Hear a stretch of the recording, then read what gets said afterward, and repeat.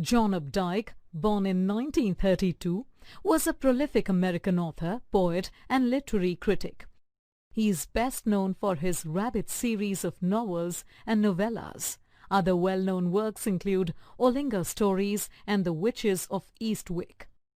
His works reflect a deep understanding of the American middle-class life and would often revolve around the mundaneness of everyday life.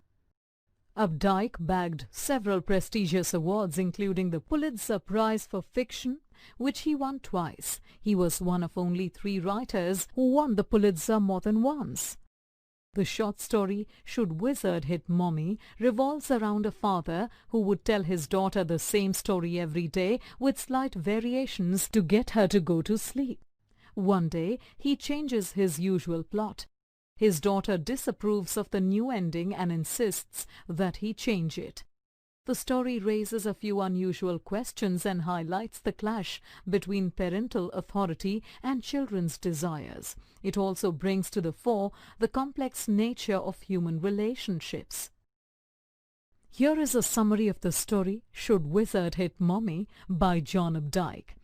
Jack, the protagonist of the story, would tell his daughter, Joanne, a story every day at bedtime and on Saturday afternoons to get her to sleep.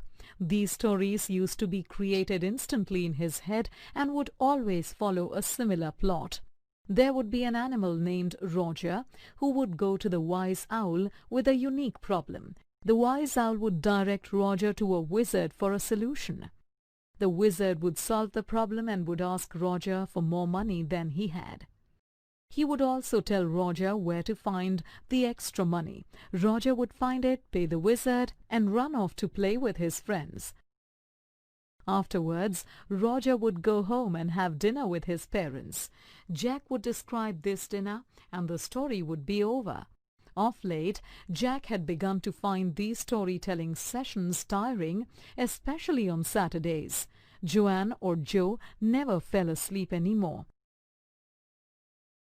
One Saturday, Jack started to tell Joe the story of Roger Skunk, who smelt so bad that the other animals made fun of him and refused to play with him. Jack drew on his own childhood memories to detail how the others made fun of Roger Skunk. He believed that his daughter should be aware of the realities of the world and was pleased to see that this detail had the impact he desired. Jack then continued with his usual storyline. Roger Skunk went to the owl and the wizard. The wizard changed Roger's smell to that of roses, and Roger played happily with all the other animals. Joe interrupted the narration several times. Once she asked if magic was real. Jack assured her that it was real in stories, noting mentally that Joe was in a new phase, one of questioning what was real. Intermittently, Jack could hear his pregnant wife Claire shifting furniture downstairs and felt that he should hurry downstairs to help her. He was not happy with her doing heavy work even though she was pregnant. As he reached the end of the story, Jack noticed that Joe's attention had started to wander. He didn't like it when women did not listen attentively to him and decided to change the ending of the story. He told Joe how when Roger Skunk reached home, his mother was very unhappy that he smelled of roses. She said that he didn't smell like himself, so she wanted the wizard to change the smell back. This shift in the story troubled Joe because she remembered how the other animals had treated the smelly skunk. Despite Joe's objections, Jack related how the mother skunk hit the wizard on his head and got him to change the skunk's smell back. Joe was displeased and wanted the wizard to hit the mother skunk on the head and refused to change the smell. However, Jack ignored her and ended the story as usual. The skunk family had dinner together, and at night Roger Skunk's mother hugged him, telling him that he smelled just like a skunk should and that she loved him. The other animals eventually accepted Roger Skunk just as he was. Unhappy with the new ending, Joe called the mother skunk stupid. Jack emphatically defended the mother skunk, almost as if he was defending his own mother. Jo then asked Jack to tell her the same story the next day, but with the ending she wanted. She insisted on this till Jack left the room. When Jack finally went downstairs, his wife was painting a chair. Around them, half of the woodwork was done in one color, the other half in another color.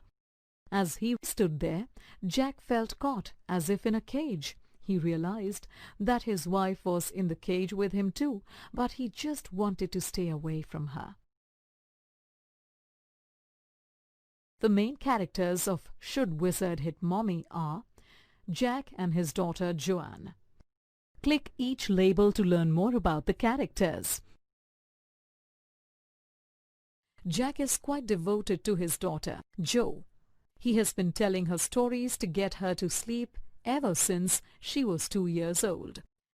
Jack is not particularly imaginative because he has been telling his daughter the same story over and over, with only the animal changing from story to story. Jack is also authoritarian. He does not always like Jo's interruptions and even asks her if she would like to narrate the story herself. Towards the end, when she does not stay in bed, he threatens to spank her. Jack is most probably deeply attached to his mother. This is evident from the way he defends the mother skunk and insists that she was right. Finally, it is apparent that Jack is quite chauvinistic. He is described as a person who likes women to hang on to his every word. He changes the ending of the story only to get Jo to pay attention to him. His annoyance with his wife for moving the furniture can also be seen as a result of his chauvinistic attitude. Joanne is Jack's daughter, who is about 4 years old in the story. Joanne is an intensely curious child. While Jack is telling her the story, she has a constant stream of questions. Joanne is also quite strong-willed and has an opinion of her own. She insists that the wizard should hit the mother skunk and refuse to change Roger Skunk's smell back.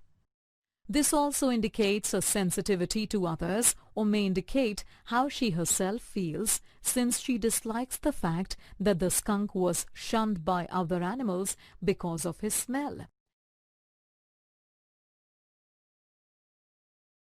Now let us examine the story closely. The story, set in an average American middle-class household, was published in the late 1950s. This was a time when existing gender roles were being questioned in the USA.